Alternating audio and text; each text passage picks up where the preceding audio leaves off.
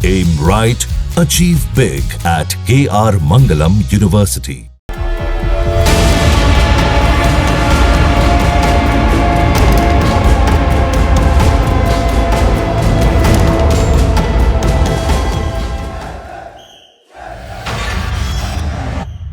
Operation Sindoor के दौरान विदेशी हथियारों के साथ साथ इंडियन मेड हथियारों का भी इस्तेमाल किया गया, जो काफ़ी कारगर साबित हुए। कौन कौन से ऐसे हथियार हैं जिनकी बदौलत ऑपरेशन सिंदूर में भारतीय सेना के जवानों को काफ़ी सफलता हासिल हुई, वो हम आपको दिखाने की कोशिश करेंगे और दिखाएंगे कि किस तरह से आज के दौर में जो जदीद तरीन टेक्नोलॉजी का दौर है, किस तरह से जवानों को इन आधुनिक हथियारों से लेस किया गया है। ये तस्वीर आप देख सकते हैं, ये सिग राइफल है, मेड इन अमेरिका की ये राइफल है। काफ़ी कारगर साबित मानी जाती है ये राइफल।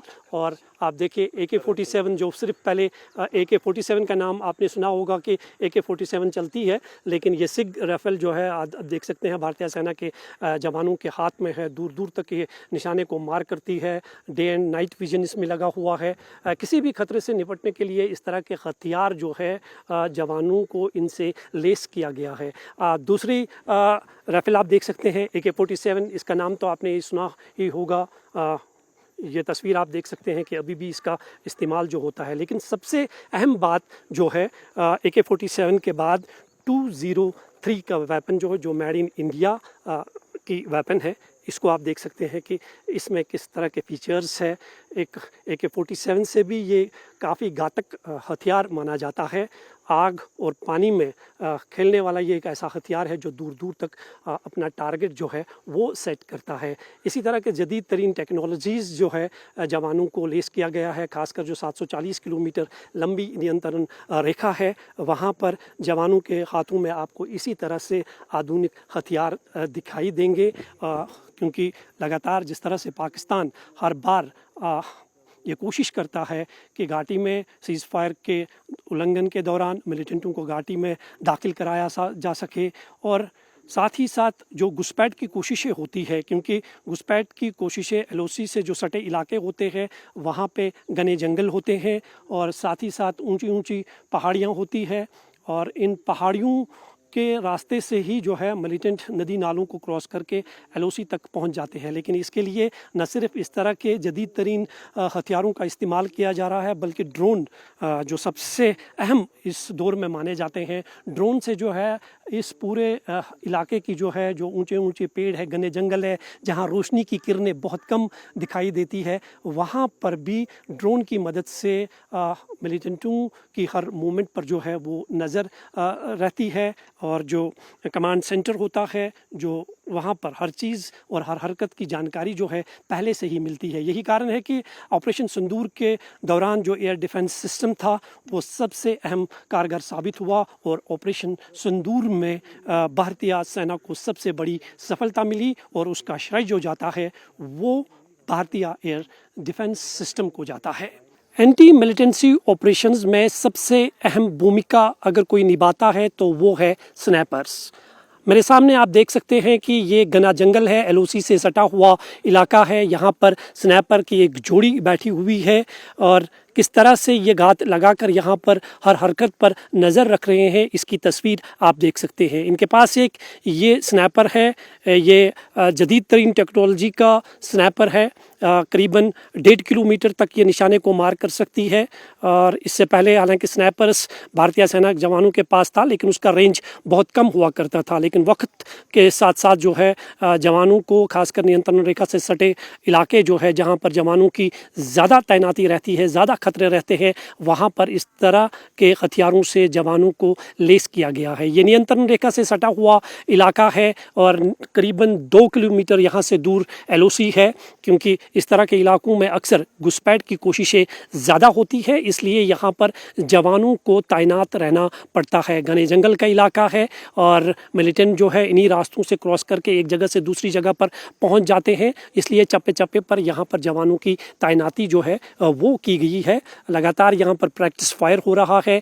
स्नैपर की जो ये जोड़ी है, जो आप यहाँ मेरे सामने देख रहे हैं, ये ऑपरेशन सिंदूर का भी एक हिस्सा थे। ऑपरेशन सिंदूर में भी ये इसी तरह से इस फॉरवर्ड पोस्ट पर करीबन 48 घंटे तक तैनात थे। दो जवान जो है यहाँ पर तैनात रहते हैं, एक एमिनेशन चेंज करने के लिए, दूसरा जो है वो अपना निशाना जो है टारगेट करने के लिए यहाँ पर तैनात रहता है। और काफ़ी सटीक निशाना जो है इससे माना जाता है कि होता है, इसलिए इस स्नैपर को जो है एलओसी के इन एरियाज़ में जगह जगह पे तैनात किया गया है। ऑपरेशन सिंदूर में भी इस तरह के करीबन 2 पोस्ट्स जो थे जहां पर इन जवानों को, इन कमांडोज़ को जो है तैनात किया गया था। हालांकि ऑपरेशन सिंदूर के दौरान इसका इस्तेमाल नहीं किया गया, लेकिन इनको यहाँ पर तैनात किया गया था। 15 अगस्त के समारोह पर भी आप देख सकते हैं, 15 अगस्त का जश्न कुछ दिनों के बाद जो है पूरे देश में मनाया जाएगा, लेकिन इस समय पर अक्सर घुसपैठ और सीज फायर वायलेशन की आशंका बनी रहती है। इसलिए नियंत्रण रेखा से सटे इलाकों में जो है चप्पे चप्पे पर जवानों की तैनाती जो है वो की गई है। और स्नैपर जो है यहाँ पर आप देख सकते हैं कि किस तरह से इन घने जंगलों में ये कैमोफ्लेज में बैठ के, क्योंकि ये इस तरह से दुश्मनों की नज़रों से बच के रहते हैं और अपना इनका जो टारगेट होता है उसे वो अचीव करने में जो है सफल हो जाते हैं। और ये तस्वीर जो आप यहाँ पर देख रहे हैं, 740 किलोमीटर लंबी जो नियंत्रण रेखा है, वहाँ पर इसी तरह के पुख्ते इंतजामात जो है ऑपरेशन सिंदूर के बाद किए गए हैं, क्योंकि ऑपरेशन सिंदूर अभी कॉल ऑफ नहीं हुआ है। अभी भी लगातार इस तरह की आशंका बनी हुई है कि भारत और पाकिस्तान के बीच जो तनाव अभी भी बरकरार है, कभी भी किसी भी वक्त कुछ भी हो सकता है। इसलिए जवानों को जो है अलर्ट मोड पे रखा गया है। और वही तस्वीर आप जो है नियंत्रण रेखा के इस पोस्ट पर देख रहे हैं, ये वो पोस्ट है जिसने ऑपरेशन सिंदूर में एक अहम भूमिका निभाई थी। और जिस तरह के ये स्नैपर आप जवान कमांडोज यहाँ पर देख रहे हैं, पूरे चप्पे चप्पे पर यहाँ पर जवान जो थे वो तैनात है, अभी भी तैनात है, उस समय भी तैनात थे। और इस पोस्ट से करीबन 9 लॉन्चिंग पैड्स को पूरी तरह से पीओके में नष्ट किया गया था, जिनमें हिजबुल मुजाहिदीन का बाग एरिया में जो सबसे बड़ा लॉन्चिंग पैड था उसको भी तबाह किया गया। तो निसंदेह ही ये तस्वीर और ये इंतज़ामात जो यहाँ पर किए गए हैं अलर्टनेस के, ये साफ दर्शाता है कि भारतीय सेना के जवान किसी भी चुनौती का मुकाबला करने के लिए पूरी तरह से सक्षम और तैयार है। ऑपरेशन सिंदूर की सफलता में सबसे अहम चर्चा पूरी दुनिया में भारतीय डिफेंस सिस्टम का रहा है, क्योंकि भारतीय डिफेंस सिस्टम की वजह से पाकिस्तान घुटने टेकने पर मजबूर हो गया है। जिस जगह पर हम खड़े हैं यहाँ पर S-400, L-70 आकाश जैसे एयर डिफेंस सिस्टम का इस्तेमाल ऑपरेशन सिंदूर के दौरान किया गया है। हालांकि ऑपरेशन सिंदूर अभी ख़त्म नहीं हुआ है, ऑपरेशन सिंदूर अभी भी जारी है। इसलिए नियंत्रण रेखा से सटे जिस इलाके में हम मौजूद हैं, ये सबसे संवेदनशील एलओसी की पोस्ट मानी जाती है, जहां पर करीबन 4 दिनों तक ऑपरेशन सिंदूर में भारतीय सेना के जवानों ने अपना दमखम दिखाया और पाकिस्तान को घुटने टेकने पर मजबूर कर दिया। ये तस्वीर आप देख सकते हैं कि यहाँ पर अभी भी किस तरह से अलर्टनेस है। ड्रोन के ज़रिए जो है पूरे एलओसी की निगरानी की जा रही है। करीबन 5 किलोमीटर दूर तक जो है इस ड्रोन के ज़रिए से हर हरकत पर नज़र रखी जा रही है।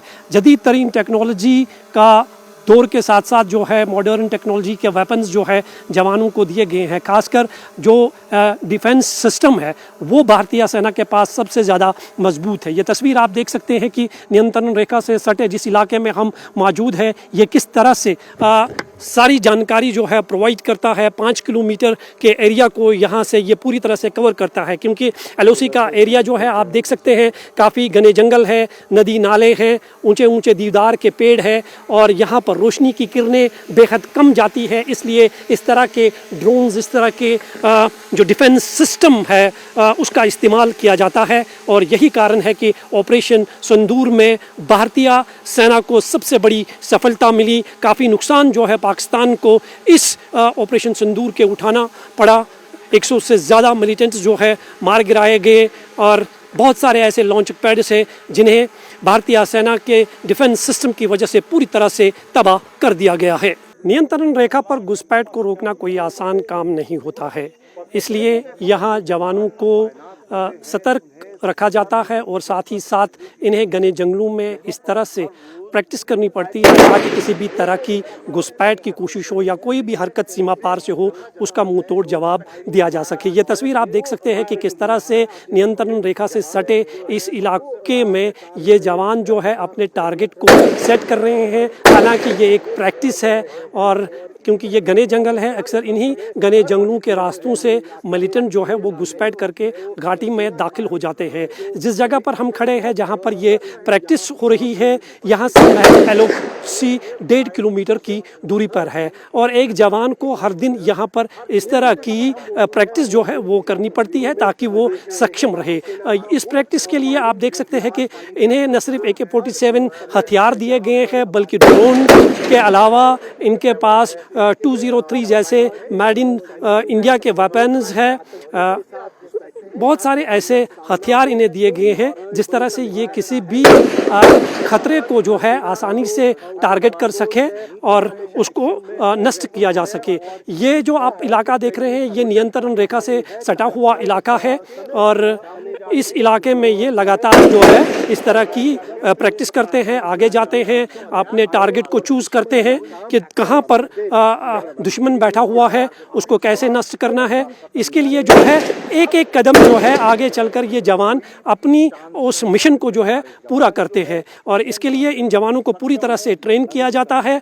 नवीनतम हथियार इनके पास है और यही कोशिश इन जवानों की रहती है कि वक्त रहते किसी भी जो होने वाली जो घटना है उसका मुंह तोड़ जवाब दिया जा सके। और हर रोज़ जो है LOC पर जो 740 किलोमीटर लंबी नियंत्रण रेखा है वहाँ पर आपको जवान इसी तरह से प्रतिदिन प्रैक्टिस करते हुए नज़र आएंगे क्योंकि ये एक ट्रेनिंग का हिस्सा होता है।